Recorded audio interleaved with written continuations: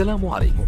لا تنسوا الاعجاب بالفيديو والاشتراك في القناة تشجيعا لنا لنستمر بنشر المزيد إن شاء الله. الجزائر كما قال الأستاذ دريس هي تعرف واش دير، بصح أنا حبيت نولي مشكل واحد آخر. كيفاش لحقنا الوضعية هذه؟ كيفاش الجزائر يعني لحقت الوضعية هذه؟ ما لازمش نساو باللي مدة 20 سنة ما كانش دبلوماسية. لا دبلوماسي الجيريان ايتي ابسونت يعني في المغرب وحتى في افريقيا. الناس يتكلموا على العصابه يعني اللي نهبت البلاد، بصح نساو العصابه اللي كانت في الدبلوماسيه واللي كان يعني الشاف نتاعهم عبد العزيز بوتفليقه، لان هو اللي كان وزير تاع الخارجيه. ما كان لا سياسه افريقيه، ما كان لا سياسه مغربيه. كيفاش المغرب الحق يعني لازم نرجعوا دركا سي لوكازيون. كيفاش المغرب الحق وزاد دخل يعني في منظمه كما الاتحاد الافريقي، لان الجزائر غايبه لمده 20 سنه غايبه. يعني لحقنا في وضعيه كيفاش عندنا جيران في باطمه كما نقولوا، واحد يفرض رايه ويدير واش يحب والاخر غايب، ومن بعد حنا بعد 20 سنه نفطنوا نقولوا هاد المغاربه هادو كلاونا. يعني سي اكزاكتومون هاد لا سيتوياسيون. هما بيان سور ايفيدامون ما يعجبهمش الحال، وحنا لازمنا وقت باش نرجعوا في المستوى اللي كنا فيه. سكيفي احسبوا قداش كاين دوله افريقيه اللي حلت قنصليات في مال، يعني لو كان ما عندها حتى معنى يعني، بصح معليش سي 24 دوله فعلا. 24 دوله. رجوع المغرب في منظمه افريقيه، دخول ثاني كيف كازيمون باغ افراكسيون تاع اسرائيل في كيف نفس المنظمه. غياب الجزائر اقتصاديا في افريقيا. هذا الغياب هذا الاخر هذا لوفونسيف ماروكان تاع المغرب هي كانت يعني صرات لان الجزائر غايبه. دركا هذا المستوى هذا باش نرجعوا هذا المستوى هذا الواحد. اسكو الجزائر اليوم السلطات الجزائريه اليوم راهي تعمل يعني واش لازم عندها استراتيجيه ولا تقوم بالواجب باش تولي الى هذه المكانه اللي كانت عندها دبلوماسيا؟ استراتيجيه ما على باليش، على بالي باللي كاينه حاجه سيكو كاين دركا. اسكو الجزائر عندها استراتيجيه؟ نظن عندها استراتيجيه دركا، ما كانش من قبل. كيفاش واحد كيما عبد العزيز بوتفليقه عمره ما راح لبلد افريقي، عمره ما زار بلد افريقي. كاين وزراء خارجيه اللي ما يعرفوش افريقيا، يعني كاين الكسخانه وكاين الناموس وما نقدروش ما نحملوش. بجاوي باغ اكزومبل nous étions totalement absents. Donc, s'il y a une stratégie et qu'il faut revenir en Afrique et qu'il faut revenir au Maghreb, tant mieux. La preuve, on a été même, sur le plan diplomatique, absent en Libye, absent au Mali. Là, on sent qu'il y a une reprise en main. عبد الرحمن تفضل استاذ. نعم تفضل. نقطة اسمح لي بالشيء طرحها في تكون نقطة مهمة، لأنه تحدث على الغياب.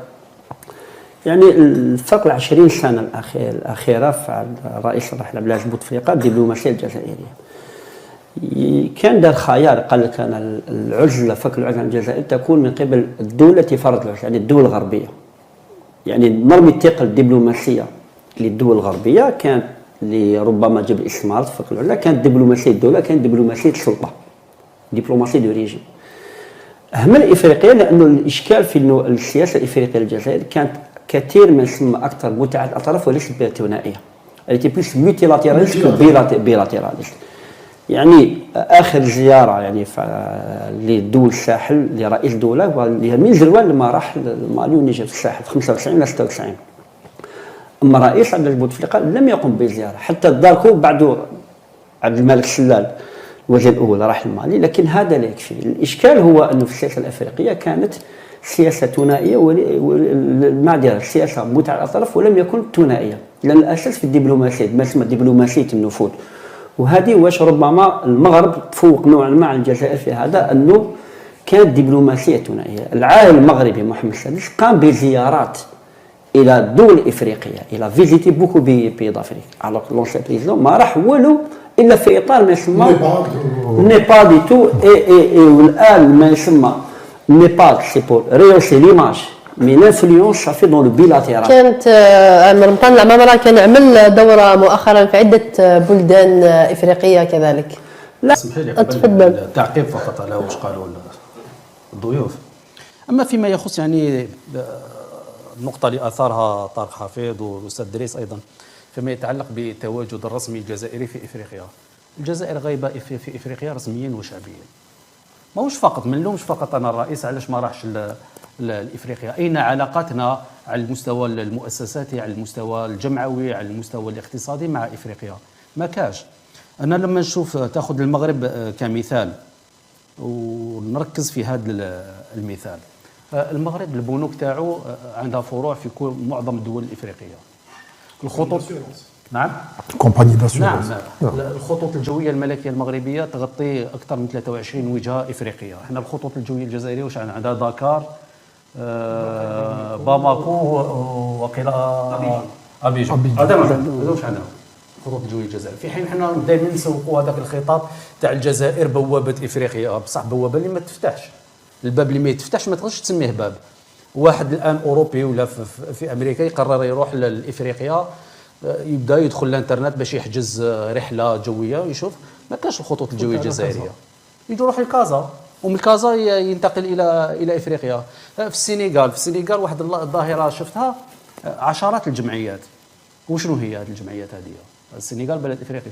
جمعيه الاطباء المتخرجين من المغرب، جمعيه المهندسين المتخرجين من المغرب، جمعيه الدكاتره المتخرجين من المغرب، جمعيه الاساتذه المتخرجين من المغرب. هذو كامل كاش حتى هذو كامل لوبيين لصالح وجهه النظر المغربيه في افريقيا. الجزائر اين هي؟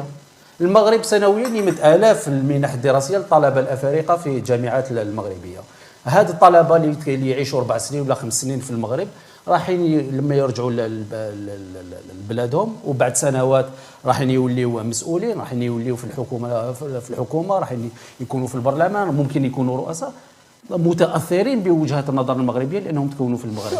حتى احنا لما اسمحي لي لما يتم منح دراسيه لطلبه افارقه في الجزائر تكون عدد رمزيه، اعداد بسيطه جدا. شوف غير الضباط مثلا نعطيك حتى الضباط حتى غيره اعداد رمزيه، يعني ما راهوش يعني 10 ضباط 10 في السنه ولا لا بعد نساوهم وينساوهم، ما راهوش عدد مهم اللي راح يكون عنده تاثير. البنوك الجزائريه ما كان حتى بنك جزائري عنده فرع في افريقيا. الجامعات الجزائريه نفس الشيء، ما كان حتى جامعه جزائريه عندها فرع في افريقيا. كومباني تيليكوم جي اس ام.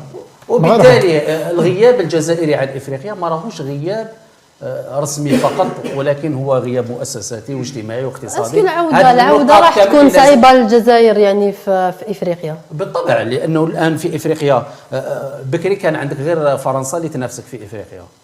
الان عندك تواجد امريكي، عندك تواجد صيني، عندك تواجد تركي، عندك تواجد ياباني، هندي، روسي. هذوما كامل الان عليك انك تواجههم في افريقيا باش تصيب موطئ قدم، وهذا امر صعيب جدا.